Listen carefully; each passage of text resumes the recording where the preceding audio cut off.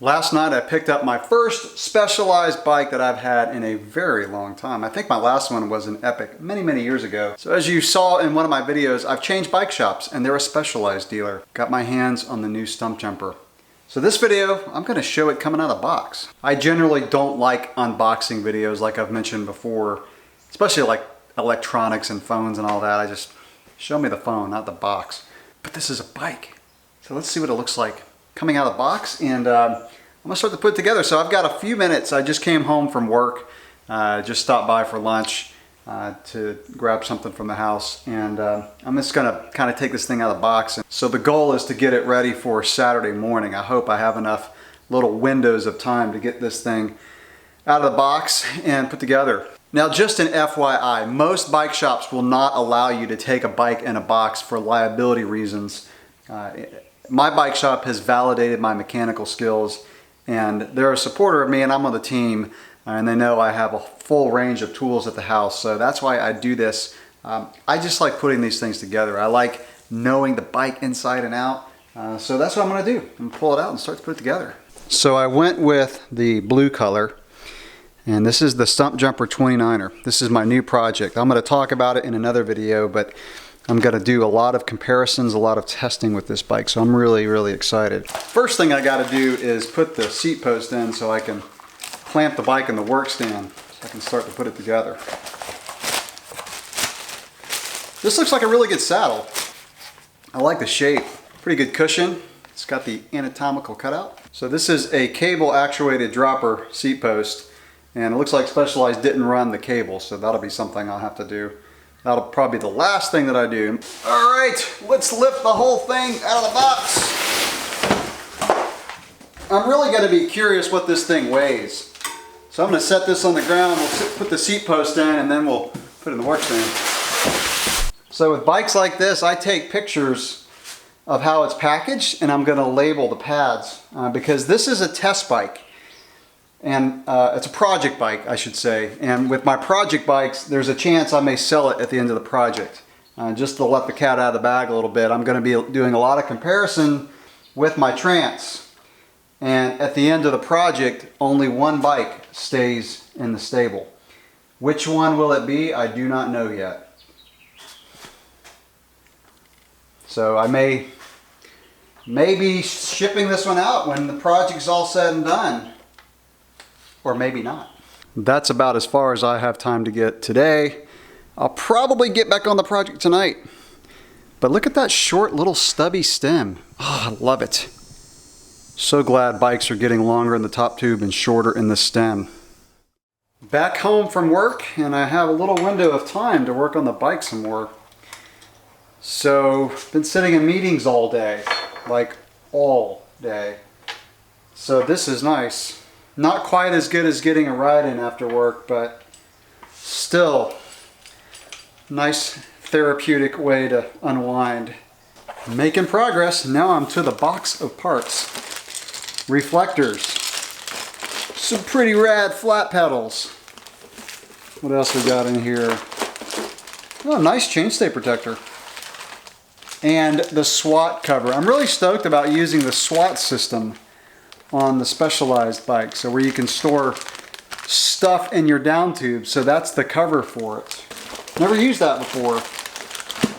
And we got the cable for the seat post, SRAM brake spacers, and of course the owner's manual. I'm going to read this and figure out how to ride a bike.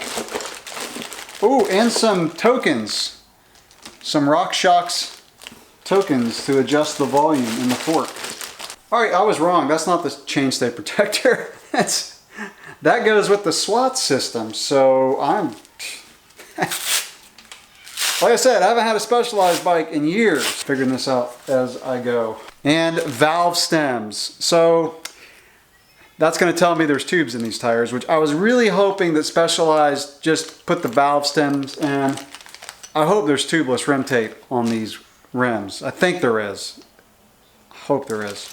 But I wish Specialized would have done like Giant and just, they come tubeless. You just add the sealant and you're ready to rock and roll. So I'm going to have to pull these tubes out of the tires. I've managed to salvage all of the zip ties that have held the packaging on. So whatever bike I sell at the end of this project, these will come in handy. I just stick a little flat blade screwdriver in there and take the zip ties off so I don't have to cut them.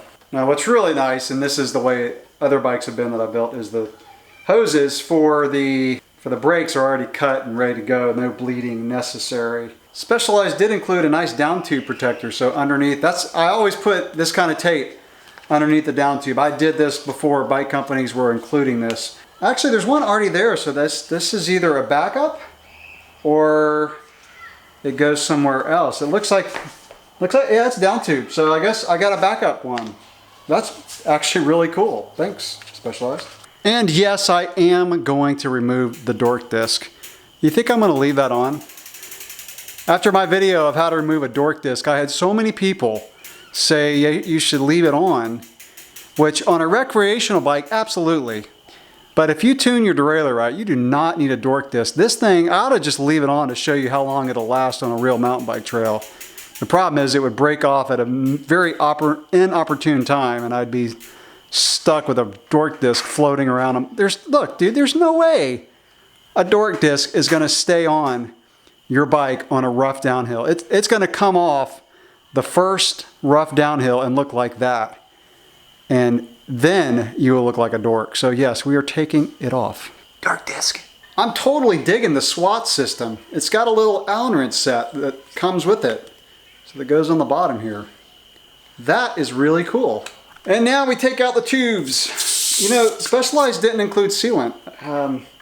I know I'm doing some comparisons with Giant, but Giant included 2 little bottles of sealant, which I think was Stan's. It had a Giant label on it, but it looked just like the Stan's bottles, and the fluid looked just like Stan's. So, all right, tubes are out, and I'm pretty sure this is a tubeless rim strip that's already installed. It definitely is taped on there. So yeah, we're gonna go with that. That's got to be tubeless. Let's see how these air up as tubeless. So I put my fluid in and put some soap bubbles on one of the beads. The other bead was already locked in. Here goes. Come on, get in there. Looks like I just got to tighten the valve stem a little bit more. Well, I'll put the soap bubbles on there and see if that's valve stem or if it's bead. So this valve stem is not holding air. That is really weird. I'm gonna try it again. I just pulled it out a little bit. All right, I got it. I'll put that one on me. I guess the O-ring on the back of the valve wasn't pushed down into the hole there strong enough. So, okay, I'll remember that for the next reel. All right, it's holding really well. So that definitely was a tubeless rim strip. And you know what's nice about these is it was really easy to get the bead off of the rim. I mean, I had to use a tire lever, but to get the bead out of the channel on the side was really easy on these. I've had some that were a bear. So they give you instructions of how to put the tube in this little holder, which is not a chainstay protector. You guys who have Specialized bikes are probably watching that thinking, what a doofus. So yeah, it shows you how to fold the tube. You basically just fold it over twice, put it in here, and then close this up, and this goes inside the SWAT system. So I think I'm really gonna like this SWAT system.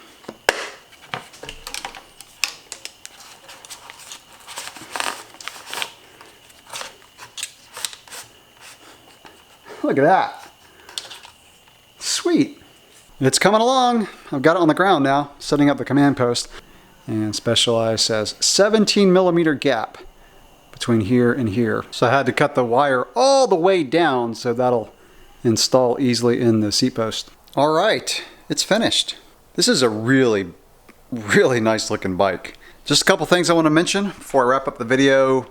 First of all, this owner's manual is a very useful owner's manual. It's the most useful owner's manual I've ever gotten. You've got the generic one that comes with it, like, you know, just standover height, all kind of things that are just generic bike manuals. But this one has a lot of useful information. Also, you do get a sag meter. It's for 4 different bikes, the Stumpjumper 27.5, 29 ST, and then you find your bike, which is of course the 29, and set your sag for the rear shock. Believe it or not, I'm actually not going to put on my famous chainstay protector, the one that is an inner tube wrapped around the chainstay, because this one, 2 things. One is it's got these, I guess, raised sections that are supposed to help quiet the chain noise. Also, it comes all the way up to the seat tube. And that's one of the reasons I used to use my own, is a lot of the chainstay protectors stop right here, and then you get all this chain slap right here. But really nice touches on this bike. There's even a guard underneath, so if the chain slaps the seat stay, it won't damage it. So I mean, this bike is just really well thought out, really well put together. So that's going to wrap it up for this video. I'm going to follow this one up with my official project kickoff with this bike, all the things that I'm going to do, the testing and all that. And then I'll follow it up with some reviews after I get some trail time on the bike. Thanks for watching.